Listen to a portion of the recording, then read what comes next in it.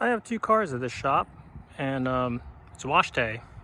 The two cars are about to go out, so I started to wash them, but I realized that I actually have two versions of 2+2s, very different, but yet about the same age. The one over on the left is a 400 GT, and that's a 1979, I believe. And then the one on the right is a 308 GT4, which is 1975. Coincidentally, both the same color, blue Sarah, I think it's called, and they're both 2+2s, which is also interesting. But the difference is that the one on the left, the 400, is a 12-cylinder, and the one on the right is an 8-cylinder. So I want to show you some of the differences. It'd be fun to compare and contrast. The 308 GT4 in Europe was known as the Dino 308 GT4, but in the United States they tried to sell it as a Dino badged car, but it didn't sell so well, so they put Ferrari badges on it and started selling it. They were sold at Ferrari dealerships anyway, but they just came with Dino badging.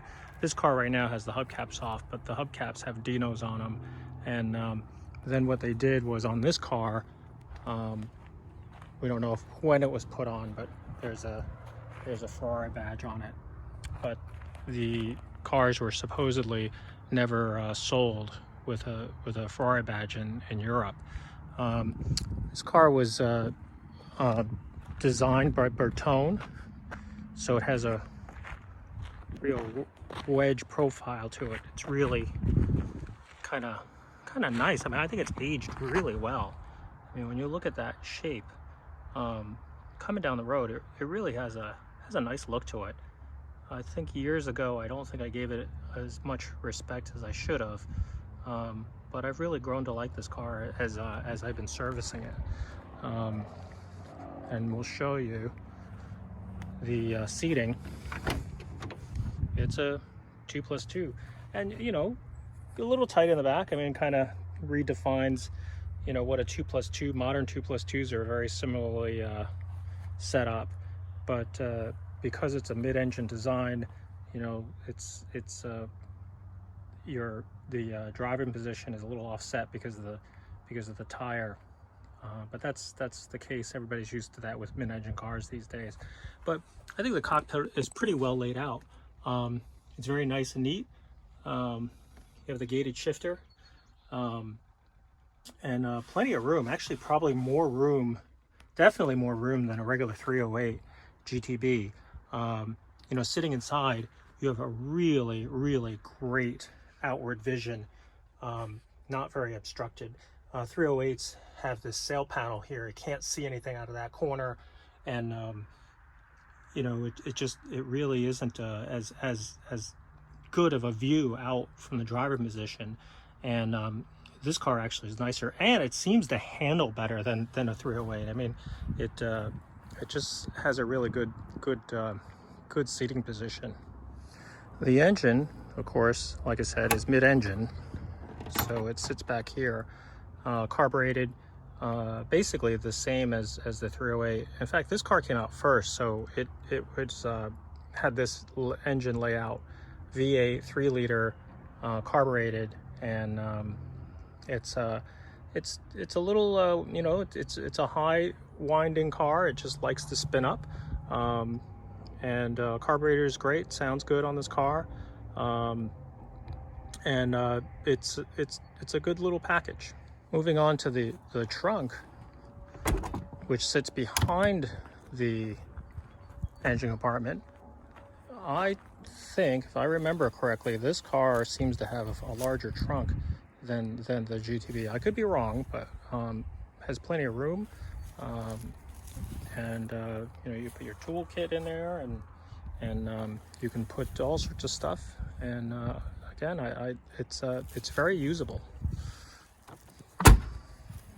The front, there's really not much room, and it's really just for the spare tire, and you know, taken up by the radiator.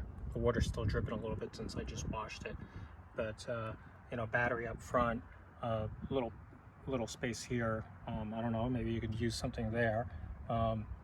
tire, and that's really about it. This cover just covers up the pedal box and the brake master and things like that, but not anything usable in the front here. Moving on to 400 GT, this car, I'm not sure who designed it. Hopefully maybe somebody in the comments can tell me, but you know, I don't think it was Bertone. I mean, obviously built by Pininfarina, but you know, you see a lot of the design elements. I mean, look at the pop-up headlights, look at the grille, things like that, very angular. But people kind of really didn't like this look. But at the same time, back in that day, when you think of Lagondas, and that was a pretty radical shape. So Pininfarina comes out with this car, and I'm sure a lot of people didn't like it, but you know, it's not a bad looking car. I mean, I think it has a really nice stance to it. I mean, it's a big V12 highway cruiser. I mean, I joke about this car because, you know, whenever I drive it, it just feels like a road king. I mean, it just motors on down the road. This is a, you know, 5-speed. Here, let's take a look inside.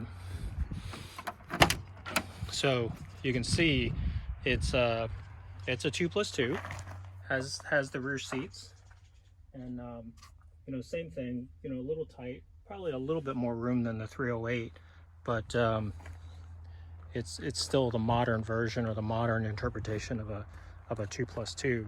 But I'm not sure how well the Burl inlay, the Burl dash, you know, center console works, but some of these cars had them, and you know, it's just one of those luxury, I guess Ferrari put it in as luxury. But the gauges and everything, very modern.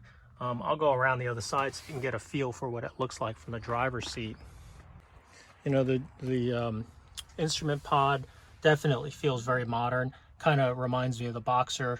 You know, same time it came out, so it took a lot of the layouts. This is very similar to a 365 GT4 kind of layout. Also, you know, the center console, you know, in layout, it's very similar to a 365 GT4, but this is a later car. Those cars were earlier, and this is the interpretation of the 2+2, or this is what Ferrari did for that version. So it's a, you know, very good, handsome cockpit. I mean, I always feel like Ferrari knew what they were doing. They knew how to make the driver feel at home in that driver position. But like I said, it's a big, heavy car, and really lots of power. But you know, it definitely is a cruiser. It's not something that you feel like you can go on the real twisties. You can, but you've got to kind of manhandle this car. You definitely feel the weight when you drive it. But you know, trunk wise, it's huge. You know, tons of room here, you know, for all sorts of room for everything, and you know, you've got very big usable trunk, and you know, it's just like a really usable car. Let me get the engine open. This is going to take 2 hands, so let me get that open and show you what the engine looks like. All right, so big 4.4 liter V12 2-cam car. Yeah, the valve covers are not correct. They're supposed to be wrinkle black, but somebody previously had painted them red, kind of liked it. You know, it's you know, it's up to everybody's taste. Kind of gives the car a little contrast, I guess, with black valve covers, black, and then a real dark, almost midnight blue kind of color. It'd be a lot of dark colors. So, you know, who knows? It is what people do. But you know, air conditioning, power steering.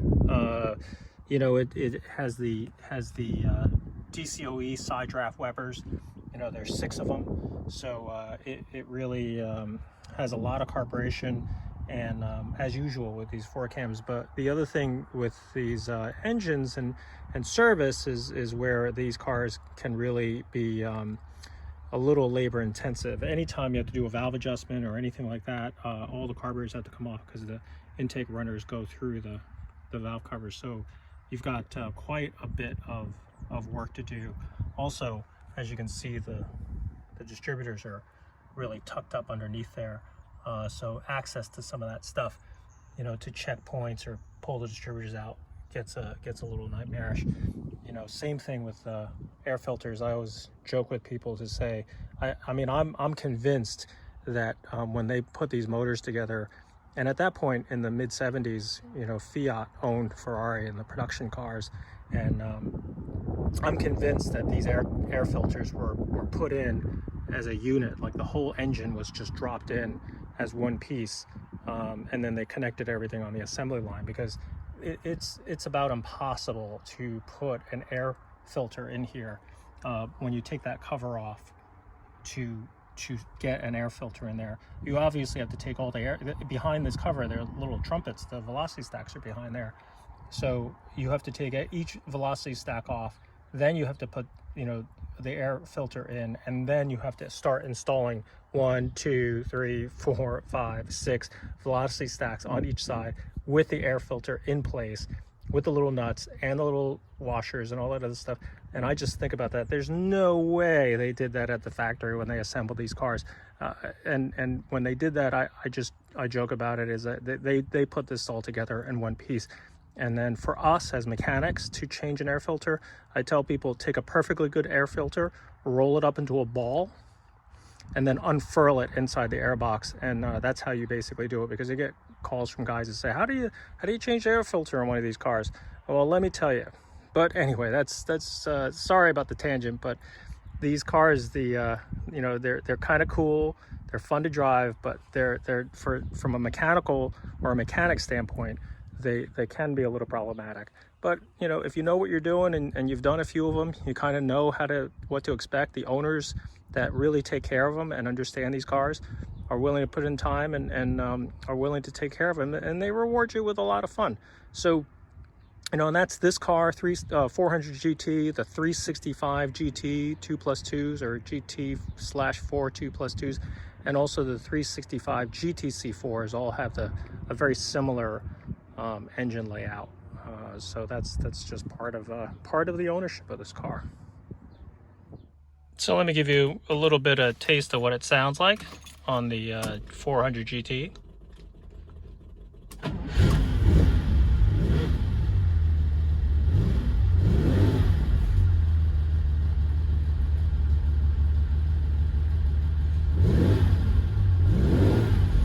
I mean, it's a V12. You know, it doesn't have the same sound as a 365 GTC4, but you know, still has a good rumble to it. You know, I think that's what I like about the V12s. It's like they really have a nice, you know, commanding sound, as they would say. So that snapping noise is the tiny little plastic belt Ferrari used for the alternators, and it makes this snapping little noise when it's cold. It does go away eventually, but you know, that's just the way it is.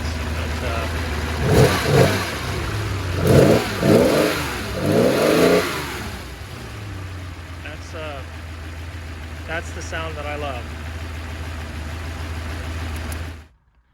We got to give the 308 a chance to let her sing a little bit too.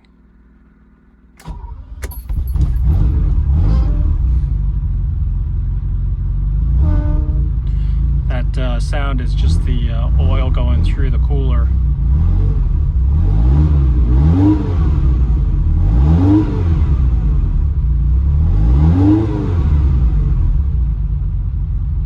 Different sound. I mean, it's a good little sound. It's a nice little small displacement V8, but different flavor. You know, it's a boy racer. That's what it feels like, and lots of fun to drive. Certainly not like the 400. The 400 is a get out of my way. I'm coming through, and this guy is kind of like a it feels scrappy. You know, it feels like it kind of carves little corners and scoots down the road. But let's see if we can take a listen here.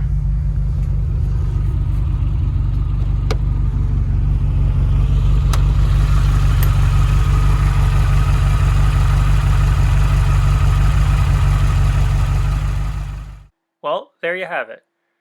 Two versions of 2+2s made by Ferrari in the mid-70s. One with a V12 and one with a V8.